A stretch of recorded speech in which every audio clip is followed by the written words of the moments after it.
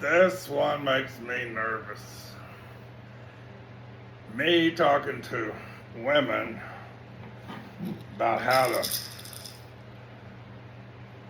why you should become interested in the Karmamudra, why you should do this. And you know what happens, because I'm not a woman and I don't know anything about it. It should be a woman giving this talk. I don't know the woman who I think should give this talk, so I just have to be her stand-in for this talk.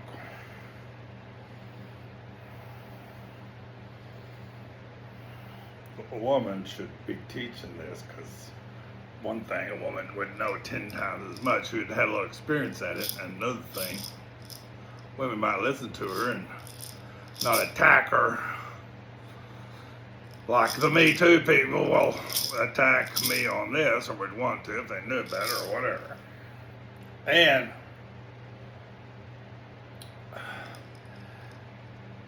let's just contemplate the moment of the Buddha's enlightenment sitting under the Bodhi tree.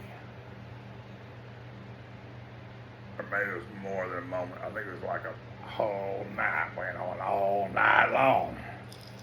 Maybe longer. I think it was all night long. It is a truism that any time you are getting close to enlightenment or anywhere in the ballpark, there are forces out there that do not want this to happen, and they will come out of the woodwork. And that's what happened to the Buddha. Buddha's like the first one who had really done this. Everybody in India for 1,000 years had been devoting all the resources of society to accomplishing this, and no one ever had. People had done some good work and forced some good teachings on how to get along, and it was just a matter of somebody doing it. And this group of this generation would get a little further, and they teach the next generation. That's still kind of the way it is in a certain way, but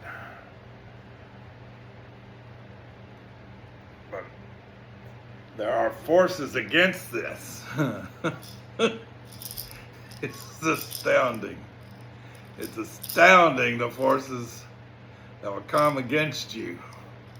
But, that's what happened with the Buddha, and that's what will happen to you if you ever get involved deeply.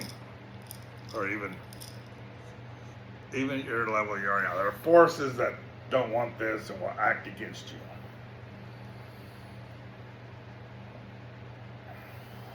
They'll attack you.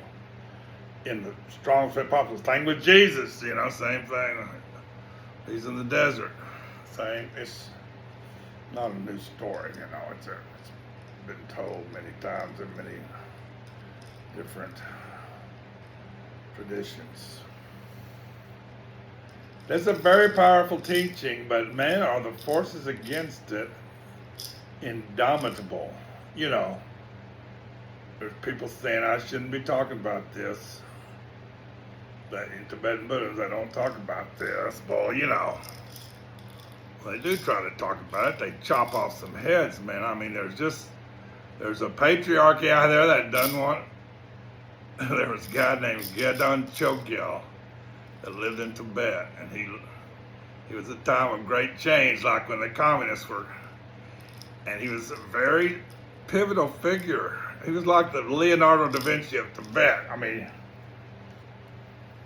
he was very respected, but they took him and put him in prison and poked his eyes out for telling them what to do about the Chinese. But really, the reason they did it is because he was advocating the kind of thing I'm advocating, the liberation of women. He was advocating placing the women in their proper place in Tibetan Buddhism, which is very, very high. Very, very high. Very high. The men just didn't want to deal with it. They didn't want the women taking over and telling them what to do and establish themselves in their rightful place. But this is true of all faiths and traditions at all times. So we're not trying to put women down here. We're not trying to exploit women. We're not trying to use men's power over women. in a negative way. This is just so opposite of that.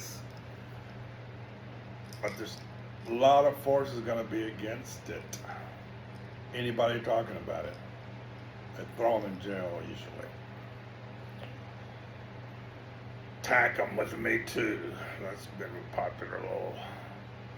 As Tibetan Buddhism has risen, what happens, Me Too has just come up like a hydra. It's unbelievable what how much it's smashed Tibetan Buddhism. And maybe that's why they didn't want to talk about it, because they didn't want to deal with this kind of backlash. Well, I'm telling you, no Tibetan ever told me anything. I just stumbled into, I read Gunther's book. There are a lot of books that touch on it, but I never went to any teachings. I never received a single teaching from Tibetan Buddhist tradition on this. So I don't see how I can be giving away secret that I never got. I never got any secrets that way. I don't guess I got any secrets. I figured it out. I figured it out like the Buddha figured it out. I figured it out. There were some good books out there, but I had to just go figure it out. And it was thanks to the blessings of this woman who, in her past lives, which she could remember, had gone through this training, had done all this in Egypt, remembered it, and her teaching herself was took her a month. And she was a very powerful meditator. Not that was she was the least interested in Buddhism. She was the least interested in meditation, except that she could dance circles around me in meditation. She liked to show me that every once in a while. But she knew how to do this. It was like pulling teeth, getting her. It was like getting her to do it was just like I had to basically ignore her for a year and a half. And then she did it.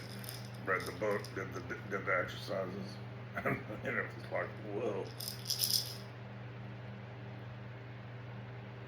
This Barbara Kiesling book is really, really fantastic.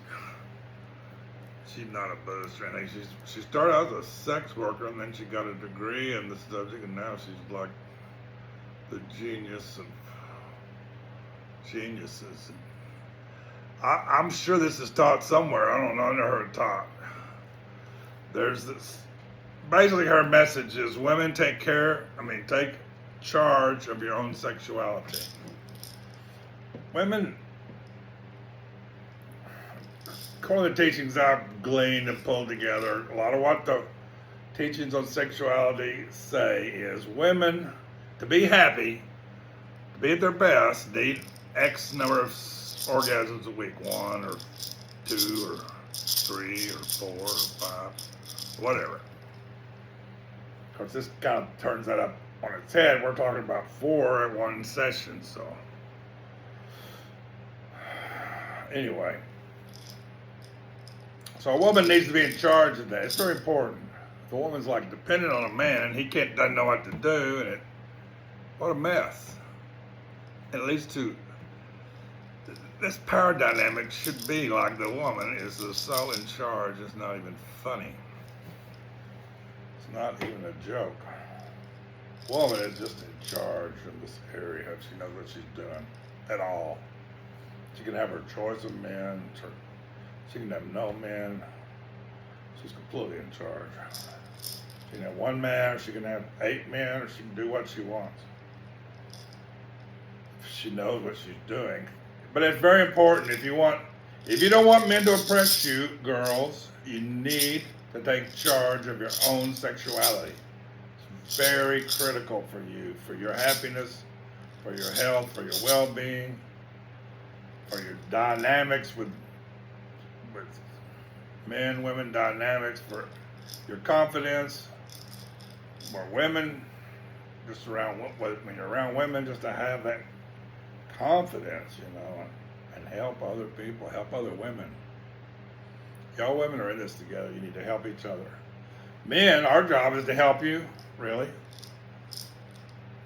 Your job is to bring down the blessings. Your job is to act as the guru, essentially.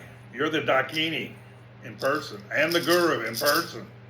In this field, you are the Dakini in person and the guru in person and the Buddha in person. And the man is your helper. He's your assistant. If he's really good, like Papa Sambhava was with Yeshe Shogel, you know, he's pretty good, you know. I mean, but she became his equal, and then where was he? And she was still there for 30 years or whatever it was. And she was teaching then. But even before, they were a partnership, you know. She was asking the question, he was answering, but they were both Buddhas, you know. They were a tag team, you know. Without her answering the questions, he doesn't talk, and she recorded. She was like a tape recorder, recording the answers, and later on it was written down, you know. But she asked the questions. She maintained the teachings. She propagated the teachings. She was his partner in every way. She was a Buddha, you know. That's what you are. That's your job. But you don't have to sit there and ask the questions to the man, let him speak. I mean, he can ask the questions to you and you can speak, or you're in charge. You're in charge. If you made up some mob out there, let him think he's in charge. But you're always in charge, really. Of course, in Buddhism, how to be in charge is to your guru or to your authentic consort. Your guru is really important, but your authentic consort is like the yidam. I mean, it's the guru, it's the yidam, it's the other dakinis. That's it. That's what it all is, and that's all. As a man, the highest thing you could possibly be is an authentic consort. There's nothing could be greater than that. And as a woman, there's nothing that could be greater than being an authentic consort. That's what you want to become, man. That is the ideal. If you want to add guru on top of it, if you want to add senior teacher on top of it, fine, good, all the better. An authentic consort is the main. As long as you pass through that portal, you got it all. You got it all. You got it, everything. And it's all dependent on the woman. You have a man, but he can't do the job of bringing down the blessing. He's not the wisdom.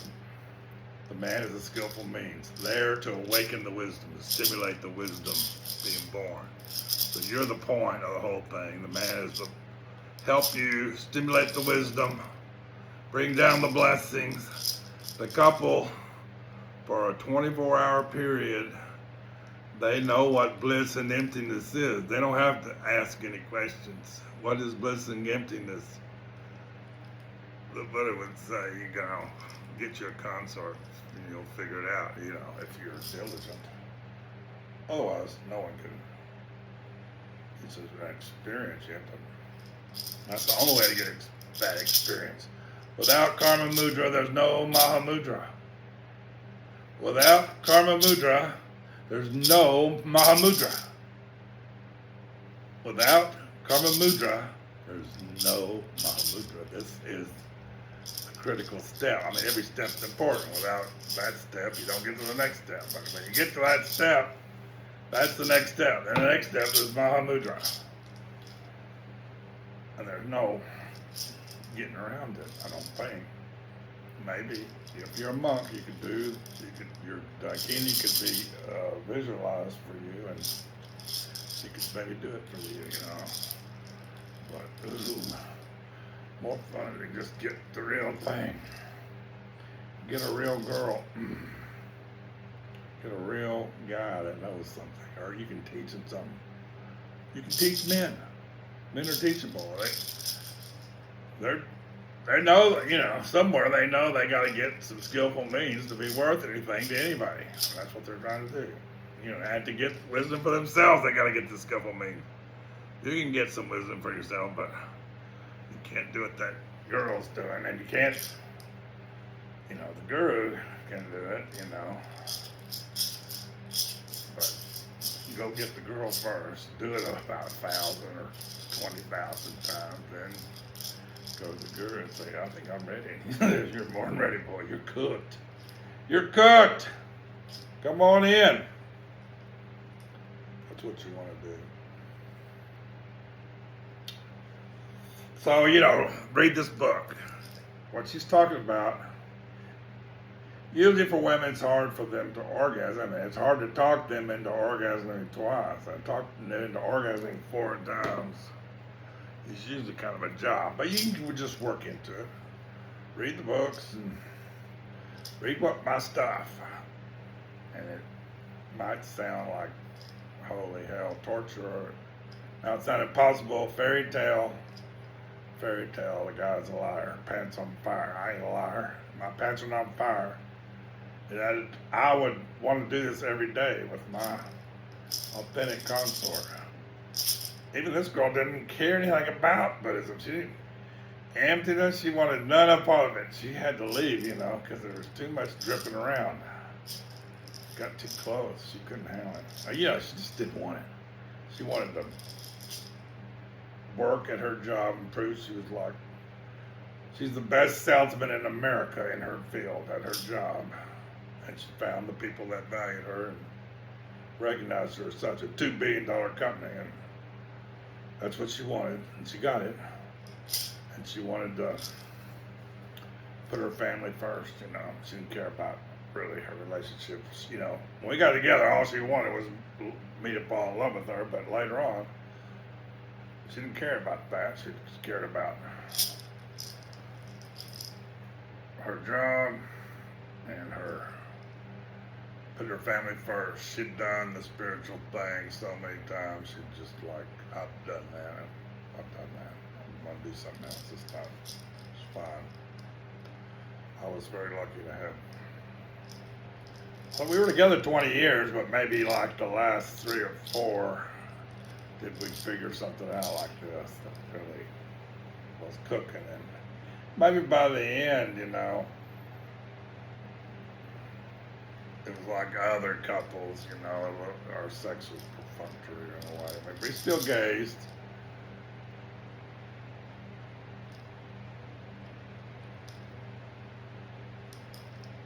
She still came 3 or 4 times. We were still in bliss, but she was disengaged, There's nobody there to really engage with it. Loses something that I had already been touched on the head.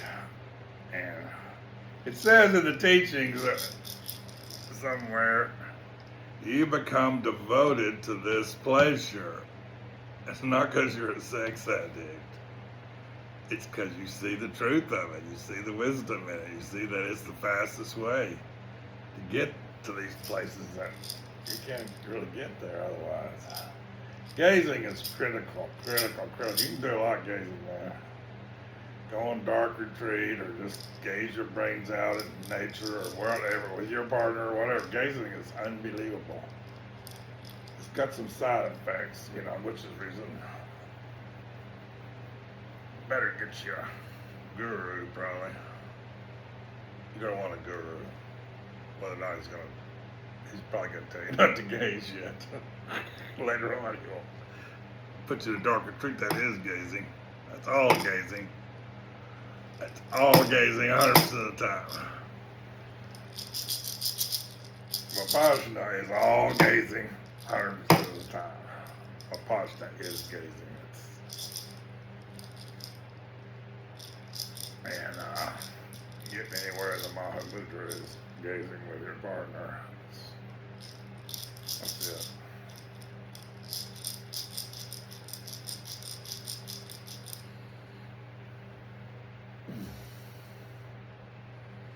So, I've gone into this ad nauseum in my, I got a lot of things written out, and then I've given, at this point, 25 talks, I think there'll probably be more. I've covered a lot of ground, but I was trying to get into the Life and Teachings Under Ropa, where they have the 6 yogas. This is probably the 6 yogas. The 5th of the 6 yogas is eternal delight, which is the practice of the Karmamudra.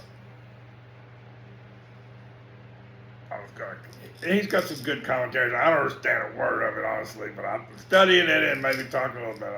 I had a hope of doing that in the future a little bit. I don't know if it's be that good and something most people couldn't follow it, but whatever. Might be something dug out of there. Might be a golden nugget or two to be dug out of that teaching. That's what an ambition I have. I think it's talking to women, man. I think the future of this endeavor is talking to women. This is all about enrolling the women. That's the important thing to do. I mean, I'd love to enroll men, but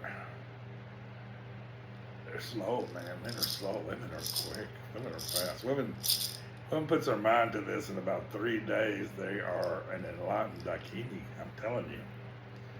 The power of you women is just, and then they could teach men easy. You know, a woman has so much power. She's got 20 men that are wanting this from her every time. It's every day. This, you know, it's just like if she wants to open up and learn this and teach it to the whole world, it's like falling off a log to me. I know something, but I can't teach anybody. I can't find a man that's really teachable. I can't even find a woman to do it with, you know. I mean, there's a lot of forces against it. A lot of forces against it. A lot of forces dragging this thing down. You know, I just, you know, struggle with what's the secret. I don't talk about a lot of things, you know. This is one thing I talk a little bit about. But I don't think I'm giving away anything, because no Tibetan said don't talk about it, and no Tibetan told me anything about it. I didn't get that far. There are not many Tibetans teaching this, but they do teach it. If you get far enough, they're teaching it. Kempo taught it to that group, but they had to go like on the 8th summer. They were there all summer. On the 8th summer, he taught them. And anybody told him, don't tell anybody else. That's fine.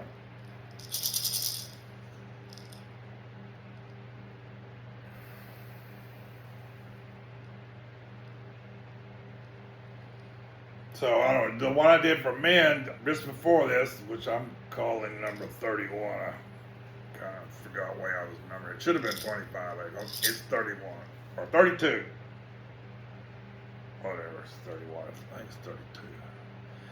I went into the nuts and bolts a lot more than I did on this one. This one I'm just kind of, but I got a feeling I'm going to do these. Well, this is what I'm going to do for a while, is just try to talk to women,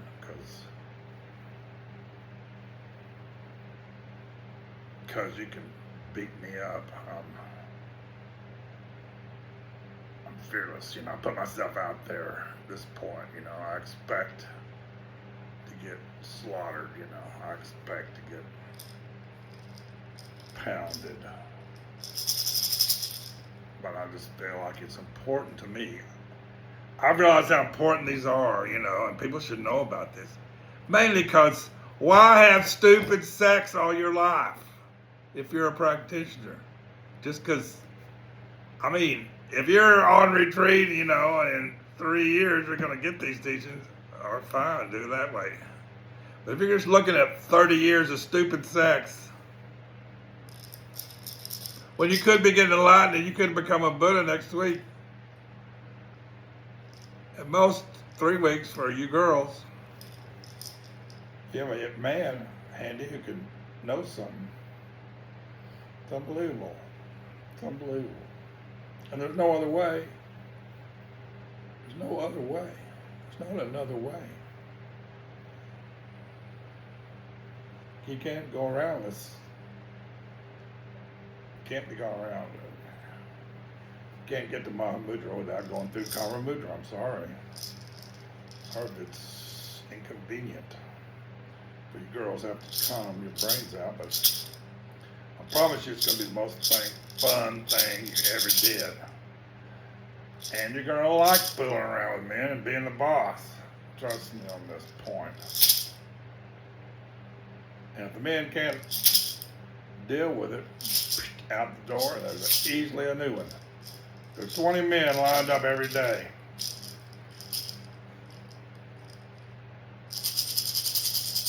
They're not all perfect and all smart, but you can teach them.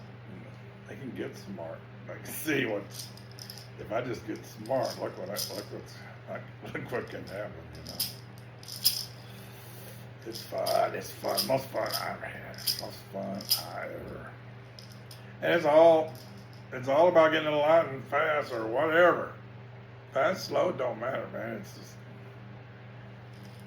And there's this thing called water monkeys where you get out in a swimming pool maybe, or a lake maybe, or the real ocean maybe, or even better, kind of a bay that's got a little motion of the ocean. That's kind of the best.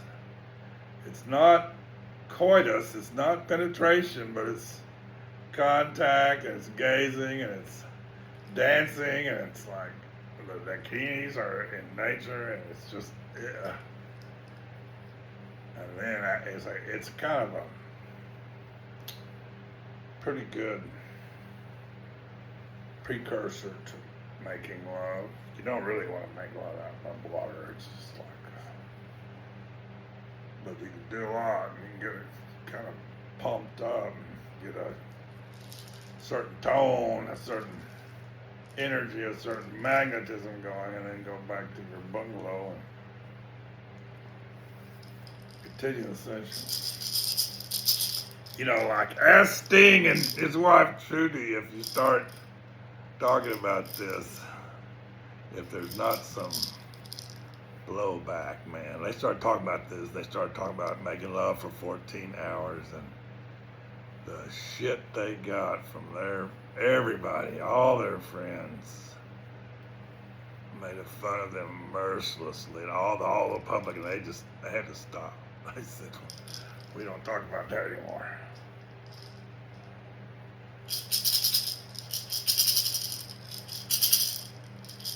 It was true, everything they were saying, but they couldn't keep saying it because they just got beat up, made fun of, ridiculed, made them feel small when they were trying to help everybody, and everybody was just making them a whipping boy.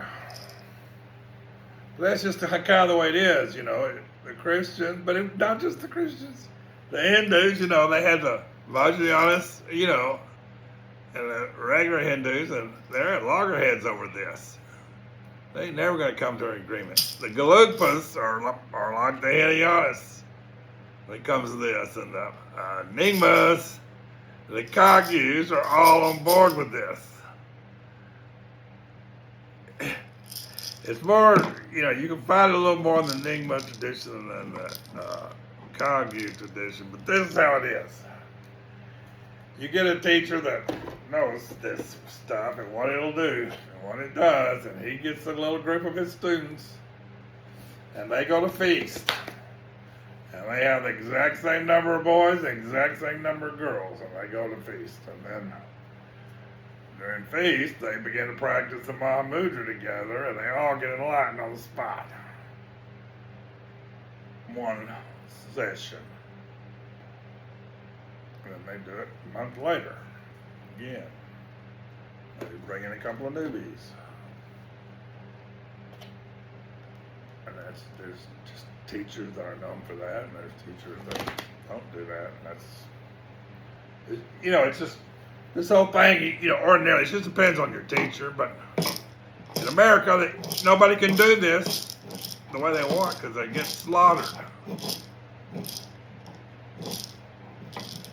You know, Trump Rinpoche, his reputation is ruined now. I mean, and he's the Mahasiddha of the age. He's the greatest teacher ever.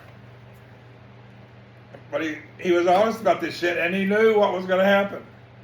He knew the shit he was going to take, and he ate it for all of us. It's going to be a little easier in the future for this to happen, but in the meantime, he had to get gutted, his reputation destroyed. Not in every camp, you know. Every great Tibetan teacher thinks he's the greatest thing since sliced bread, but some of these students are Me Too bound, and bound.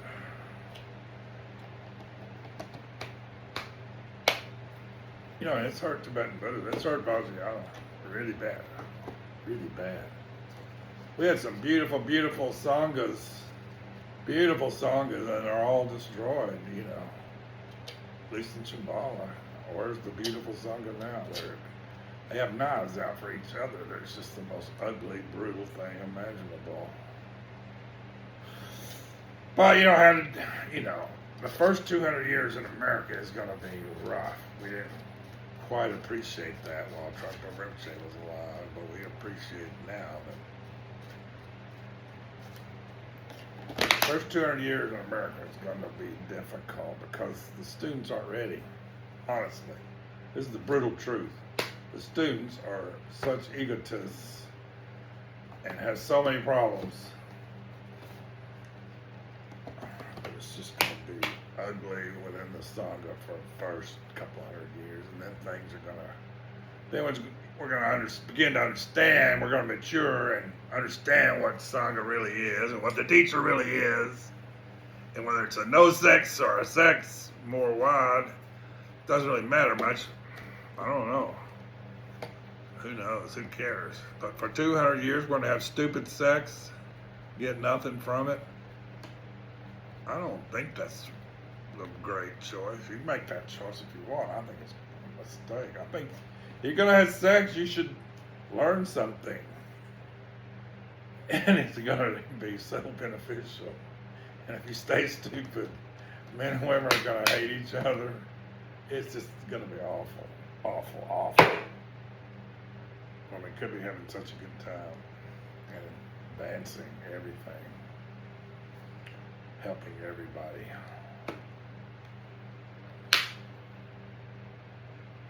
So women, get the book. Take Barbara Kiesling's advice. Take charge of your own sexuality. Teach yourself about the cul-de-sac. You got a cervix. At the end of that cervix is this anatomical aspect called the cul-de-sac, and ordinarily it's closed during sexual activity, and it brings no benefit at all to anybody. Nobody knows it's there. If you were to put a penis or a sex toy up there and touch it, nothing would happen because it's closed, or a finger for that matter. Barbara Keatling never misses a finger, but I'd like to be the one to bring up the finger. Sex toy, I just never. Now that I'm old and I'm soft, I'm gonna be the sex toy genius. I'm gonna grow me another couple of arms. I'm gonna have sex toys everywhere, but I can do a finger. I can make her come like that. 1, 2, 3, then on to the main event, but never fail. That's a good thing. You have no idea. You have no idea what a powerful thing that is for a woman to be in control of that. So even a dumb guy, just give him a sex toy, if he's really dumb. And he'll come 3 times, and then you'll have the main event, and even if he's worthless, you'll come 4 times, and you can bring the sex toy back out for the 4th time. Who cares? I mean, it's really better. So the other book, I couldn't find a copy of it. I would show it to you, but I'll put a picture of it on this. It's called, the book I would recommend. I mean, there's a lot of good books. There's so many good books, but this one is pretty pithy, concise, and right to the point. It's called The Tao of Love and Sex. It's written by a woman. Her last name is Chang or Chang or something. Might be a couple of books called the Tao of Love and Sex, but you'll figure it out. It's got colorful pictures on the front. She's Chinese. It just kind of goes through a lot of points all about kissing. Doesn't talk about gazing, but you need another book for that. But another talk about sex and gazing. Not books. I mean, they talk about gazing, but they don't talk about a man and woman gazing, or it could be a man and a man if you go as alignment, you know. If it's guru and student. Best deal you could get is to gaze with your guru, but is he going to gaze with you? No, he's probably not. Why won't he gaze with you? You're not ready. You're not there yet, and maybe he hadn't read that book. I don't know. But I'll tell you how you can gaze with your guru. You sit in your seat in the lecture hall, in the meditation hall, while he's giving a talk. He's up on his throne, and you just gaze with him. And you're gazing.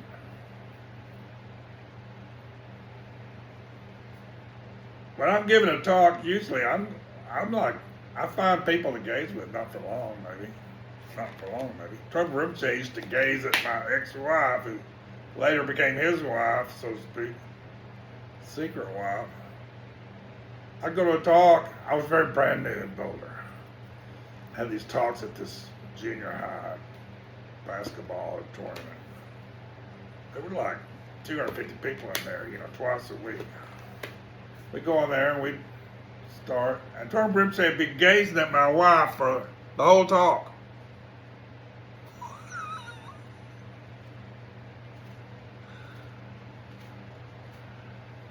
You can gaze with the guru. Even if he's not gazing with you, you can gaze with him, and man, it's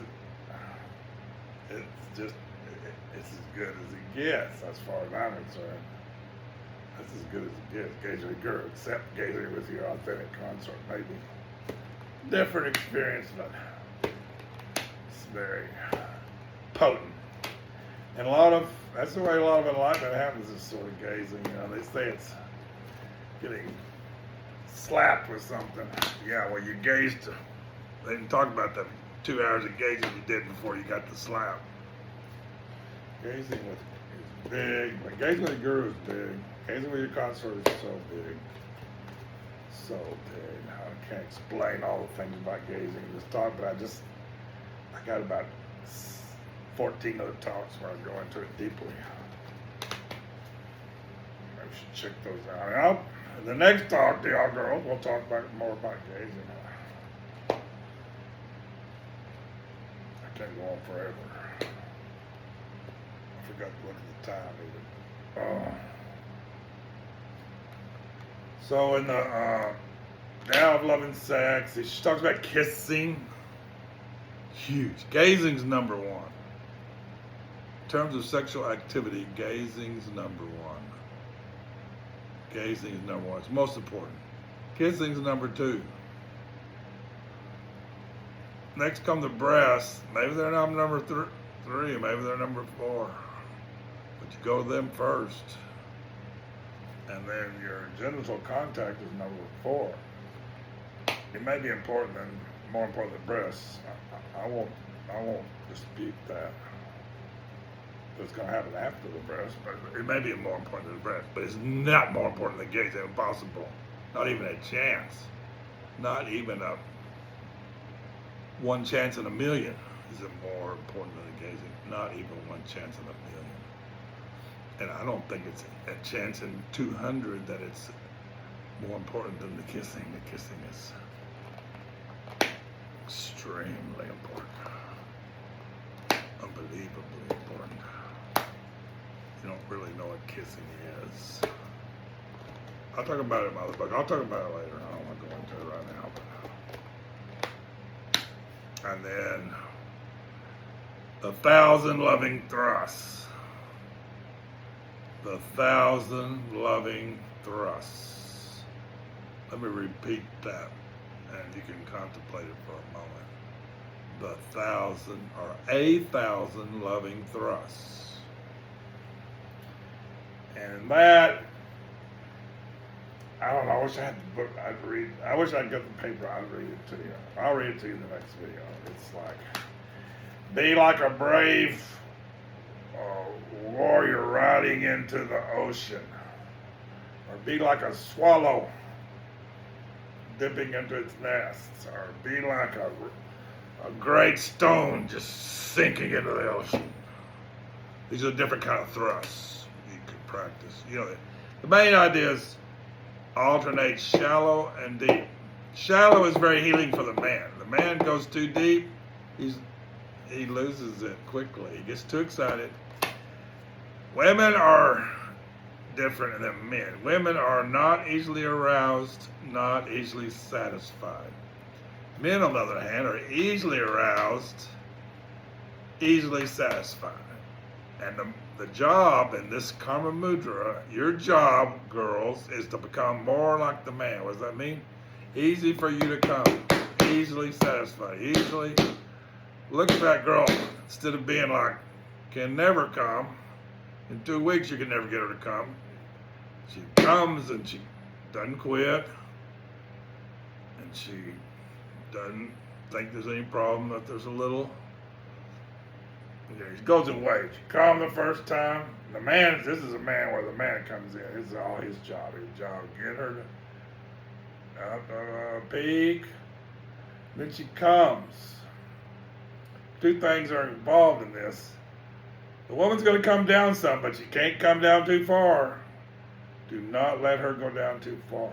The other thing that happens is the man has a kind of, not an emitting kind of orgasm, but he has a kind of orgasm that is, it's like from the blessings of the woman coming. The energy from her coming makes him come. All of a sudden he's not emitting, but he's like having one. And you gotta like let yourself have one. You can't block that, but you can't forget what you're doing and let her go. You're getting your orgasm at the same time. You can let her go down. She's gonna go down a little. It's not about letting her. She's gonna go down a little bit. At some point, you gotta head her in the other direction. That's a man's job. That's a man's main job, is to boom, get her up. Then receive your blessings, but not in a way that you forget what your job is, because your real job is get her going up for number 2. It just goes on like that. 2, 3. Do your job, man, do your job, do your job. Women's only job is just not quit. That's your only job in the Dharma, don't quit. Just don't quit. Just don't say, no more for me, please. No sex for us, please. That's what the British say when they go on vacation. No sex for us, please. Don't do that. Just don't quit, don't quit, don't quit. I understand there's a little down. And then you understand, here we go again. Don't quit. Don't quit. Don't quit. Don't quit. Don't quit. Don't quit. Don't quit. Bam! You come again. Same thing. Don't quit. Don't quit. Man, don't forget your job. Don't let it go down too far. And on that 4th one. And then it's just like, there's no stopping it then. It's just the blessings. Heaven just pours the blessings through the woman, but both parties experience it. And it's the 4 joys, it's the 4 orgasms, it's the 4 abhishekas, it's the 4 empowerments. It's exactly the same as any other empowerment you get in Tibetan Buddhism. It always goes in 4. Exactly the same. And then you experience what bliss and emptiness is, not like.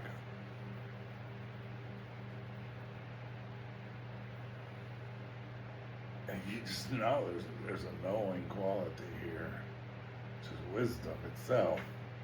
You know what it is. And you know that's pretty much it. That's all there is. Nothing else matters in the slightest. It's just the knowledge of bliss and emptiness is all that matters. Nothing. There's nothing else in this universe to be done, to be gained. You've reached it. It's shown it. And all you do is just don't quit.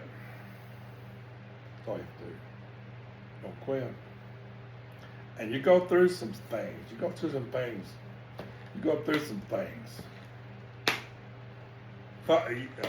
Humorous a lot. It's just the humor, the fun.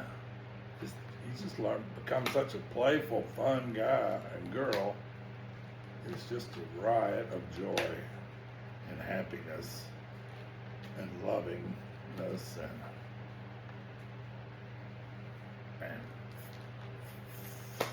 our foibles become really funny.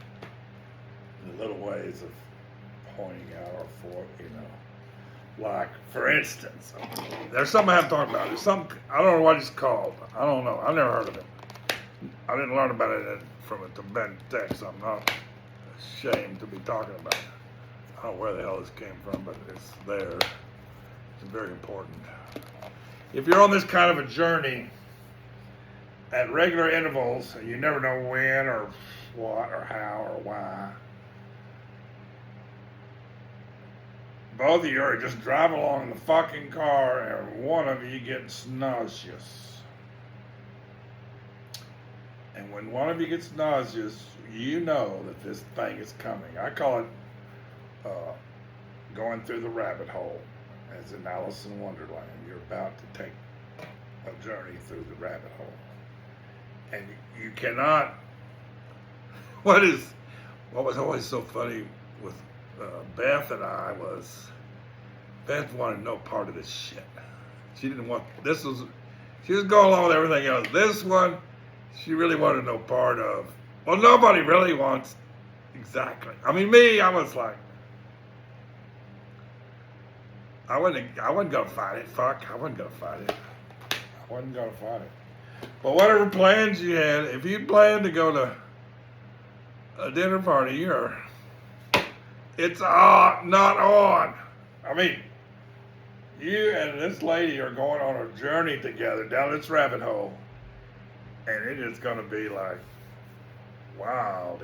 It's like Talofa says, tomorrow we visit a freak show, but that one is more common. This is like the freak show of all freak shows.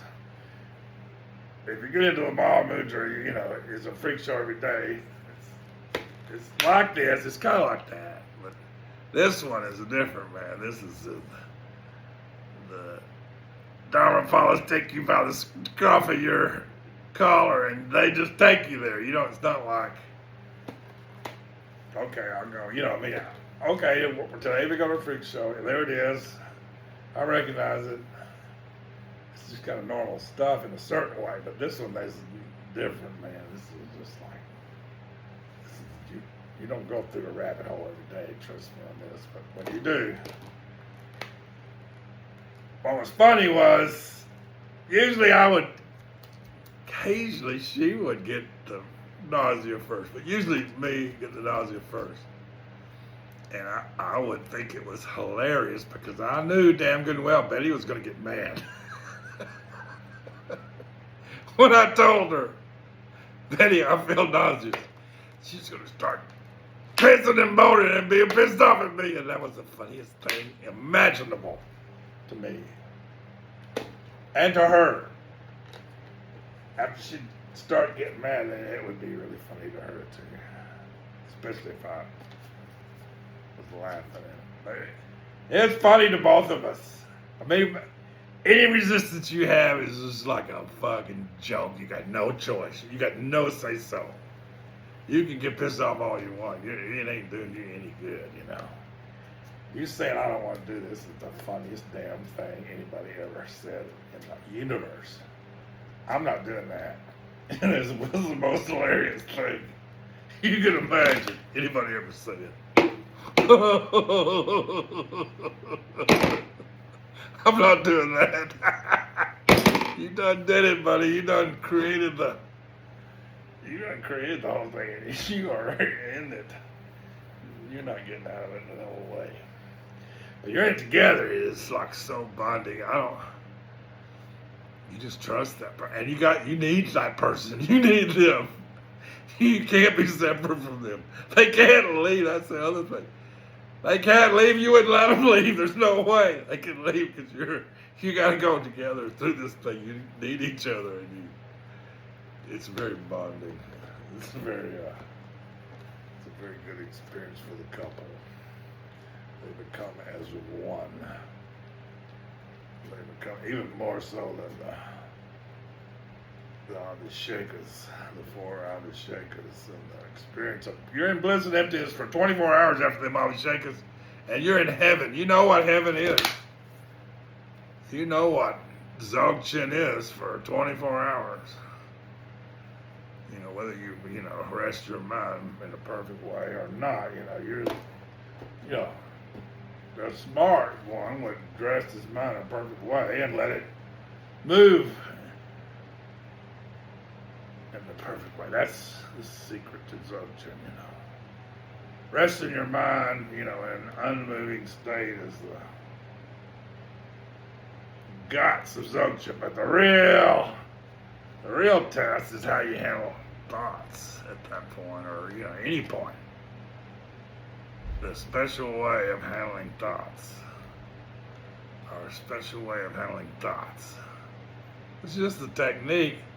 Thoughts arise, and then they evaporate, they dissolve, and there's never a second thought. That is inconceivable. To string 2 thoughts together, that is the great sin, which one would never do, ever. At the same time, one would never, ever suppress a thought. One always lets the energy of the thought give rise to a blessing. The thought always gives rise to energy. It's a creative expression of non-thought. It's not a foreign thing to the non-moving state. It's a expression, always, out of the non-moving mind. That will be a creative expression of thought. But how you handle it, that's the secret. You just let the thought arise and dissolve, and there's a healing. There is some information. There's something that is being revealed.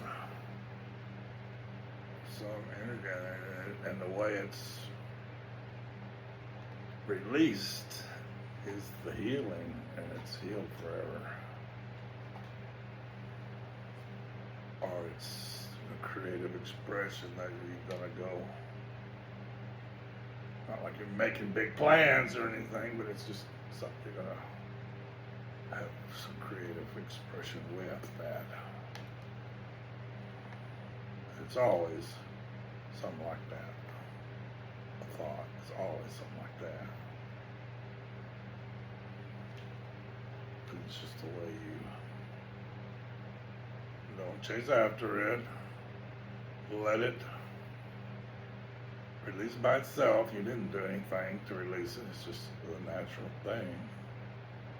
And you don't fight it with that thought. Maybe we can learn that.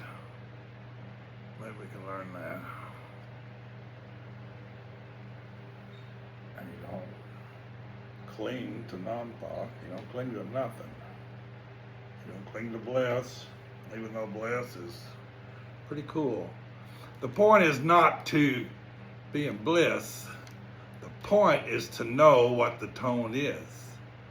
The point is to know if it is bliss, that's fine.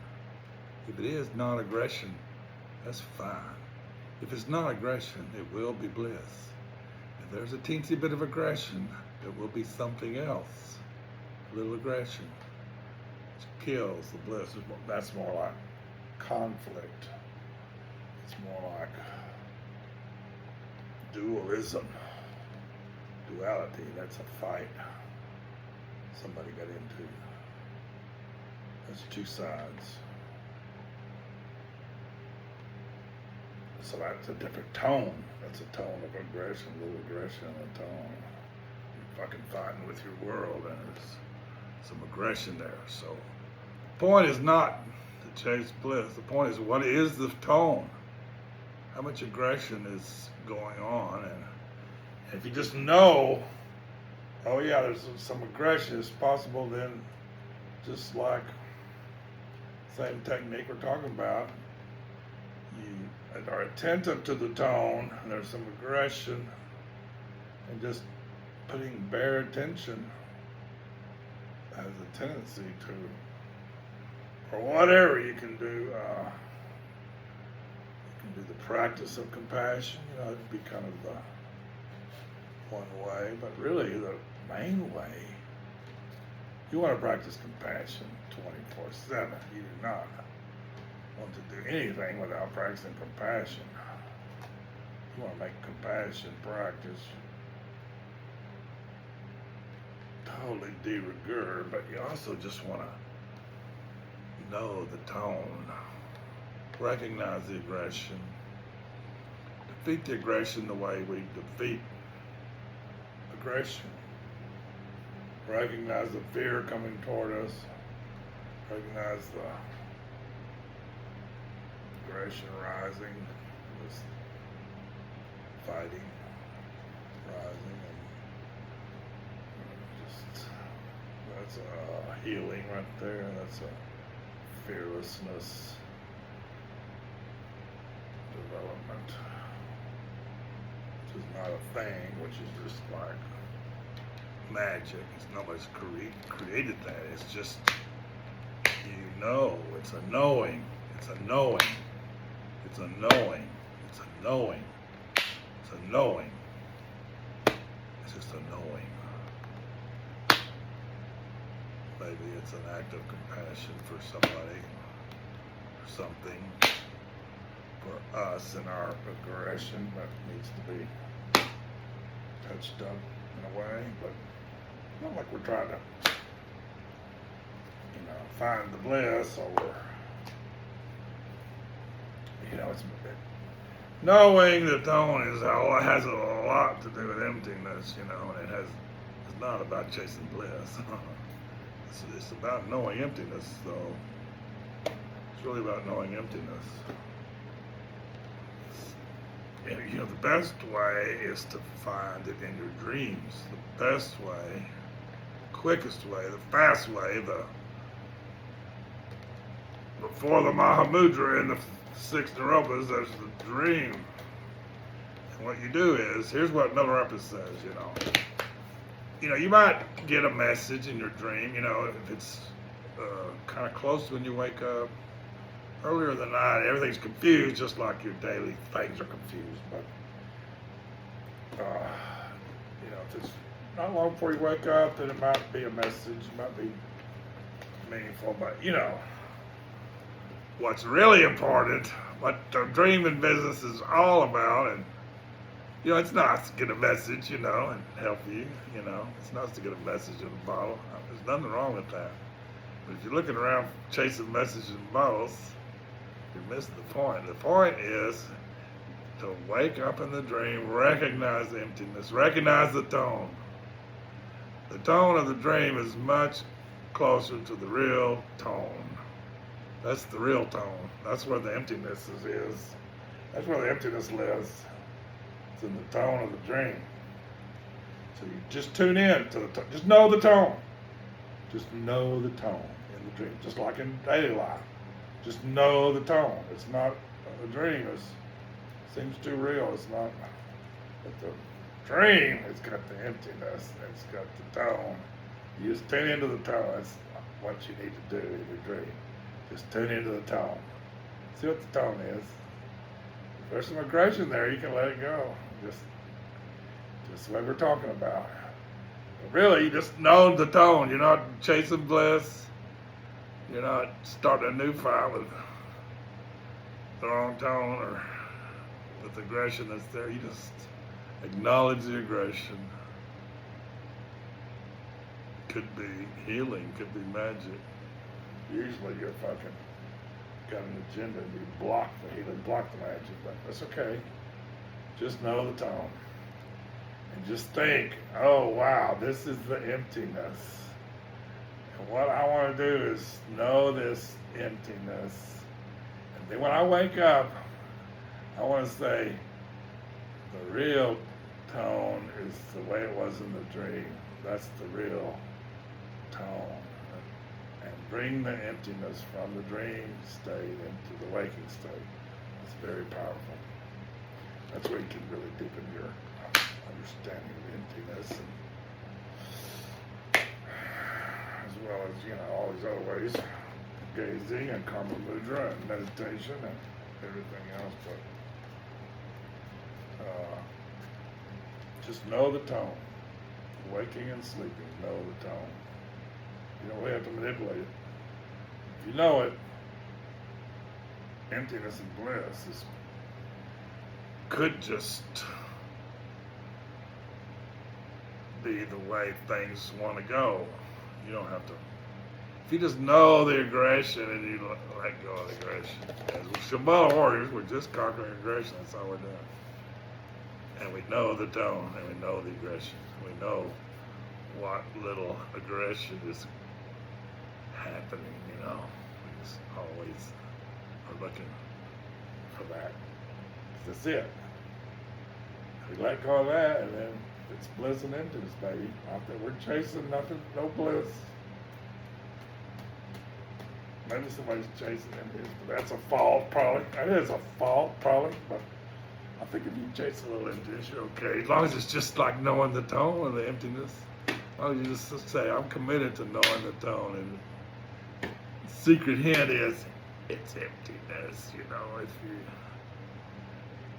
find out what it really is. If you shift toward the truth, is emptiness, And what is binding you is the aggression. What is ruining your lunch and ruining your breakfast and ruining your dinner and ruining your party at night and ruining your sleep and ruining when you wake up and you think, oh, fuck, can't do this again. It's the aggression is what's killing this.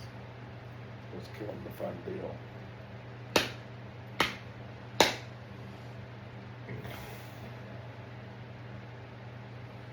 There's probably something else, but I can't remember what it was.